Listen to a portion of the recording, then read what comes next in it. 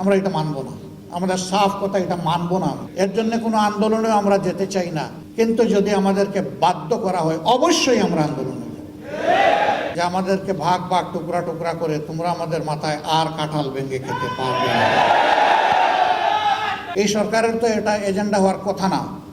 আরও বহু গুরুত্বপূর্ণ বিষয় রয়ে গেছে, ওগুলা বাদ দিয়ে ওগুলা নিয়ে কোনো কুল কিনারা নাই। হঠাৎ করে এটা সামনে নিয়ে আসা কেন? এর মূল কারণ, স্বাধীন বাংলাদেশে 54 বৎসরে মানুষ যা আশা করেছিল পেয়েছে তার উল্টাটা। এই সমাজকে বিভিন্নভাবে কুড়ে কুড়ে ধ্বংস করা হয়েছে। এখন এদেশের দিনদার ইমানদার যে শক্তিটা জেগে উঠেছে, তাকে নিয়ে মানুষ নতুনভাবে স্বপ্ন দেখা শুরু করেছে। এই জায়গায় ইসলামের শক্তির মুখোমুখি আরেকটা শক্তিকে দাঁড় করিয়ে দেওয়া হচ্ছে, জনগণের দৃষ্টিকে ভিন্ন দিকে প্রবাহিত করার জন্য, নিয়ে যাওয়ার জন্য। অতীতের সকল চক্রান্ত এদেশের মুসলমানরা ঐক্যবদ্ধভাবে প্রতিহত করেছেন। ইনশাআল্লাহ এই চক্রান্ত টিকবে না, এটাও ভেসে যাবে ইনশাআল্লাহ। এরা শুধু আল্লাহ তাআলার কোরআন বিরোধী প্রস্তাবনা নিয়ে আসে নাই, এরা নিজেরা স্ববিরোধীও বটে।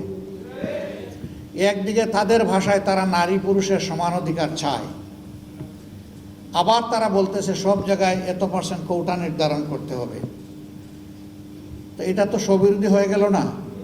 অধিকার যদি সমান হয় কোটার প্রশ্ন আসবে কেন? যার যার যোগ্যতা প্রমাণ করে নিজ জায়গায় চলে যাও, তাইলে তো কোটার দরকার নাই।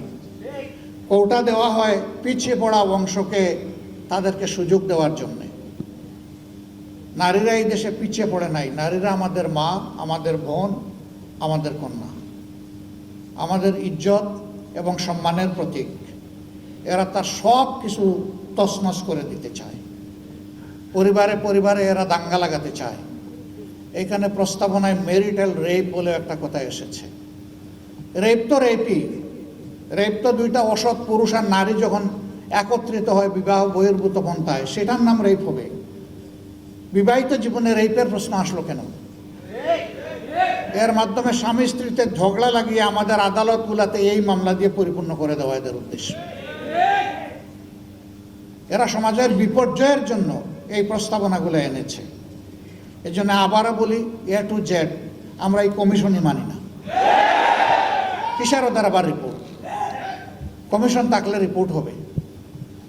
যদি এই সংক্রান্ত নারীদের অধিকারের কোনো জায়গা যদি ক্ষুণ্ণ হয়ে থাকে, সেটাকে যদি আবার সামনে আনতে হয়, তাহলে অবশ্যই এদেশের বেশিরভাগ মানুষের ইমান, আকিদা, তাহজিব, তামুদ্দুনের উপরে যারা বিশ্বাস রাখেন তাদেরকে বাদ দিয়ে নয়, তাদেরকে প্রাধান্য দিয়েই কমিশন গঠন করতে হবে।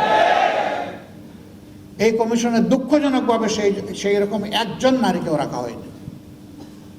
এখানেই তো এটা পক্ষপাত দুষ্ট। আমরা এটা মানব না। আমাদের সাফ কথা, এটা মানব না আমরা। এর জন্য কোনো আন্দোলনে আমরা যেতে চাই না, কিন্তু যদি আমাদেরকে বাধ্য করা হয় অবশ্যই আমরা আন্দোলনে যাব। সম্মানিত ভাইয়েরা, যেহেতু নামাজের সময় হয়ে গেছে, আরও গুরুত্বপূর্ণ ব্যক্তিরা রয়েছেন, তারা কথা বলবেন। এই জন্যে আমি আমার দলের পক্ষ থেকে আজকের এই আয়োজনের প্রতি পূর্ণ সংহতি প্রকাশ করার জন্য এখানে এসেছি। ইনশাআল্লাহ আমরা হাতে হাত ধরে দিন এবং সমাজের সকল কল্যাণকর কাজ একসাথে করব ইনশাআল্লাহ। এবং আমরা বার্তা দেব যে আমাদেরকে ভাগ ভাগ টুকরা টুকরা করে তোমরা আমাদের মাথায় আর কাঁঠাল ভেঙে খেতে পারবে না। আল্লাহ তাআলা আমাদেরকে তৌফিক দান করুন। আমাকে এখানে দাওয়াত দিয়ে দুটি কথা বলার সুযোগ তৈরি করে দেওয়ার জন্যে আমি আবারও আয়োজক সংস্থার প্রতি আমার গভীর কৃতজ্ঞতা জ্ঞাপন করছি এবং রাব্বুল আলামিনের দরবারে তৌফিক চাচ্ছি সকল ষড়যন্ত্রের বিরুদ্ধে আমরা বুক টান করে, বুককে শক্ত করে, মহান রবের উপর ভরসা করে আমরা যেন সব ষড়যন্ত্র মোকাবেলা করতে পারি। আল্লাহ যেন তৌফিক দান করেন ইনশাআল্লাহ। আগামীর বাংলাদেশ হবে ইনসাফের বাংলাদেশ, যার উত্থান ঠেকানোর জন্য আজকে এই সুরসুরে দেওয়া হচ্ছে সেই কোরআনের বাংলাদেশ। সবাইকে ধন্যবাদ। আসসালামু আলাইকুম ওয়া রাহমাতুল্লাহ। আমাদের শিক্ষাদান শুরু হতো মক্তবের পাঠ দিয়ে। সকালবেলা মক্তবে যেতাম, ওখান থেকে আসার পরে গোসল করে মা কাপড় পরিয়ে বই হাতে ধরিয়ে স্কুলে পাঠিয়ে দিতেন। এখন খুবই পরিকল্পিতভাবে সবাই মক্তবের এই ধারাকে শেষ করে দেওয়া হয়েছে। বাচ্চা ঘুমাচ্ছে, তাকে কাঁধে ফেলে মা স্কুলের দিকে রওনা করেছেন, ওই মক্তবে যাওয়ার ওই সময় এটাই কেড়ে নেওয়া হয়েছে। ইকরা বিস্মি রাব্বিকাল্লাযী খালাক দিয়ে যে শিক্ষা মুসলমানের বাচ্চা শুরু হওয়ার কথা, সেটা অন্য কিছু দিয়ে স্কুলে গিয়ে শুরু হচ্ছে। এই জায়গাটা শেষ করে দেওয়া হয়েছে।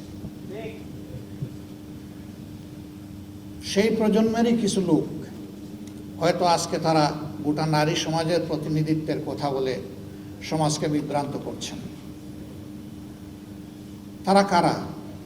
কোরআনের সংস্কারের দাবি নিয়ে আমাদের সামনে এসেছেন। আমাদের কোনো অধিকার আছে তাদেরকে এই অধিকার দেওয়ার? আমরা কে? এই কোরআন আল্লাহ তাআলা নাজিল করেছেন এবং এটার হেফাজতের দায়িত্ব আল্লাহ স্বয়ং নিজে কবুল করেছেন। কিয়ামত পর্যন্ত কেউ এখানে কোনো পরিবর্তন আনতে পারবে না। এরা এত দুঃসাহস কিভাবে দেখালো যে বাংলাদেশে কোরআনের আয়াত এরা পরিবর্তন করে ফেলবে? হ্যাঁ, নিশ্চয়ই তাদের পিছনের কোনো শক্তি তাদেরকে উস্কানি দিচ্ছে। কেন এই মুহূর্তে উস্কানিটা কেন?